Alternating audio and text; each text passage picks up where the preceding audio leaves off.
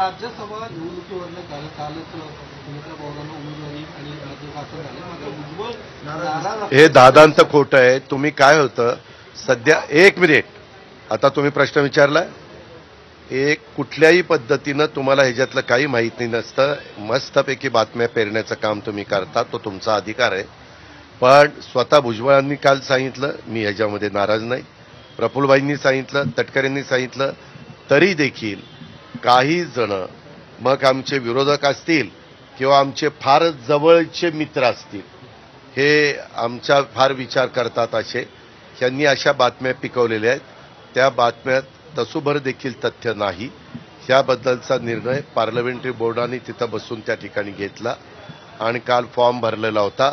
Form भरताना देखील तिथं एक दुःखद घटना घडली. अतिशय जवळचे देवेंद्र फडणवीस साहेबांची व्यक्ती होती काळे अमोल, त्यांचं दुःखद निधन झालं आणि त्यांचं अस्थिविसर्जन का कशाला तरी त्यांना काल नाशिकला जायचं होतं. 2-3 दिवस ते त्याच्या दुःखात आहेत.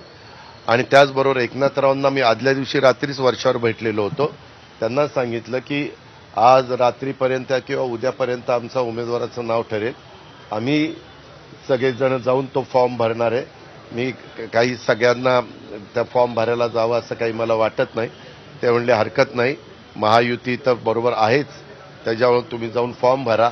तरी देखील बातम्या लावल्या, अरे राष्ट्रवादीच होती, शिवसेना शिंदे गट नव्हता, भाजप गट नव्हता. मी जर त्यांना बोलवलेलंच नव्हतं, जर एक घटना घडलेली असताना दुःखात असताना आपण चला फॉर्म भरायला चला असं म्हणणं मला योग्य वाटलं नाही. आणि निवडणूक बिनविरोध होणार होती, कारण एकीकडे 200 मतं होती आणि एकीकडं काही 70-75 मतं होती. त्याच्यामुळं आम्ही आपला गेलो.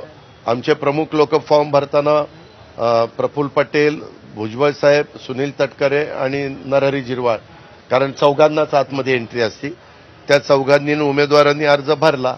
आत्ता बातमी आली की स्क्रुटिनीमध्ये अर्ज मंजूर झालेला आहे. आता माघार घ्यायची वेळ आहे. त्या वेळेमध्ये जर उमेदवारांनी नाही माघार घेतली तर ते बिनविरोध आले असं समजायला हरकत नाही. समाज माध्यमामध्ये या निर्णयात टीका झाली आहे. एक मिनिट तुम्ही कुणी काय टीका करावी हा ज्याचा त्याचा अधिकार आहे. मला त्याबद्दल काही